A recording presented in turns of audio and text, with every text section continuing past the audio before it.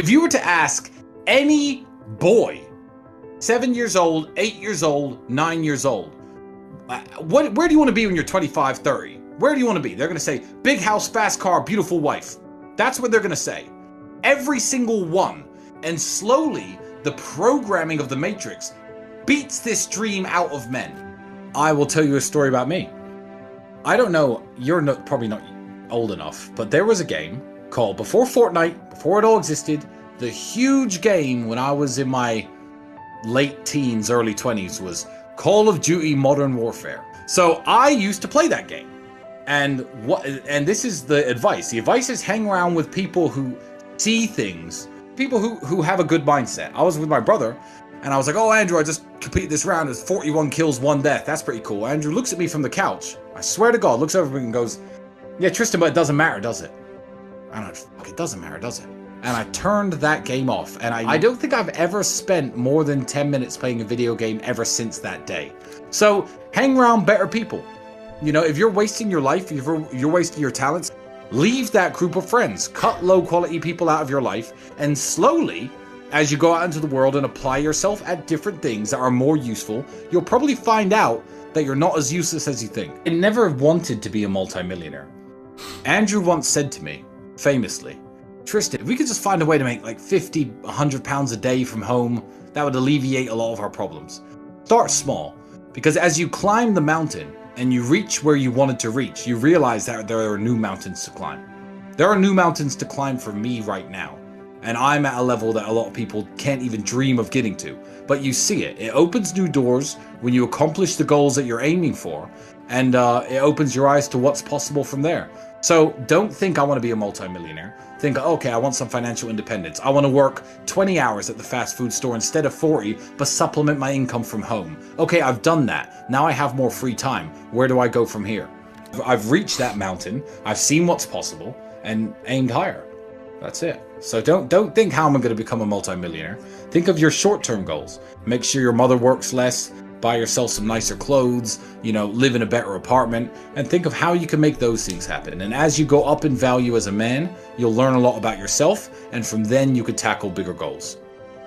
Stop wasting your time. So I was 17, I was working at a fast food restaurant making sandwiches. Now, the internet didn't really exist as such, but looking back on it, it was part of my journey. And I regret nothing because I ended up where I am. So would I even go back and tell myself anything, is the question. If I had to, it would be to not burn so much of my time. Let's talk to the 17-year-olds who are listening. You know, do you finish your job, come home, play video games, etc.? That's what I used to do when I was 17 a little bit.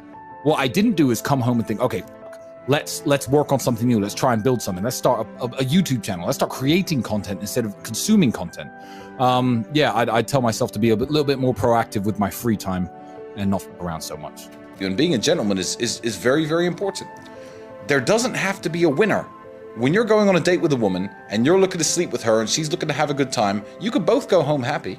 Right. You really can. You don't have to feel like you defeated her somehow or you tricked her somehow, and she doesn't need to feel like she used you somehow. Right. You can have a wonderful evening. You're nice to her. You open the car doors.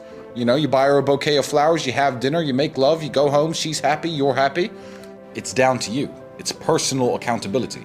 And that's what a lot of guys want to throw out the window these days. It's like failing in every business you've ever attempted and failing to make money, and then blaming capitalism, or failing in every boxing match or every American football game and NFL game you've ever played and blaming the referees or blaming the rules. No, it's personal accountability and it's personal responsibility.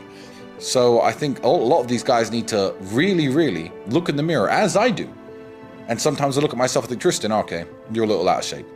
Tristan, okay, you know, you've been sleeping too much, you've been partying too hard, you got bags under your eyes, you're letting yourself go a bit, and you have to keep yourself in check. You have to stay at the very top, and if you don't stay at your very top, you're not competitive anymore. Every single species on the whole planet is exactly the same.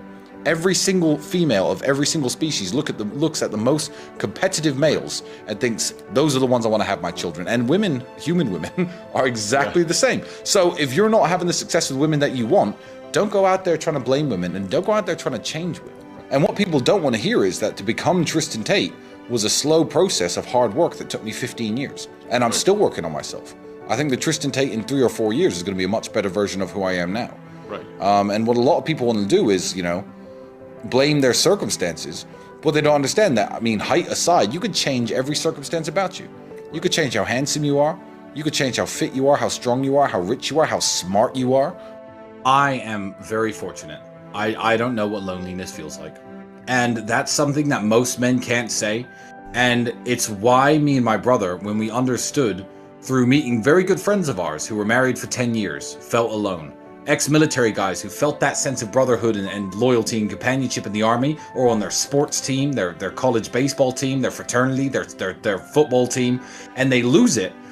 Those are the guys who opened my eyes to how special the relationship I have with my brother is. And that's what I try to tell the world as well. I don't know what loneliness feels like. You know, I was born in a very underprivileged family. I grew up absolutely broke. I didn't have the best, I wasn't dealt the best hand, but there was always an ace up my sleeve. So I don't know what that feels like. I've always had companionship. I've always had someone who had my back, someone to fight with me, someone to work with me in terms of my brother. So I'm not going to sit here and say that the journey to the top for me necessarily was lonely.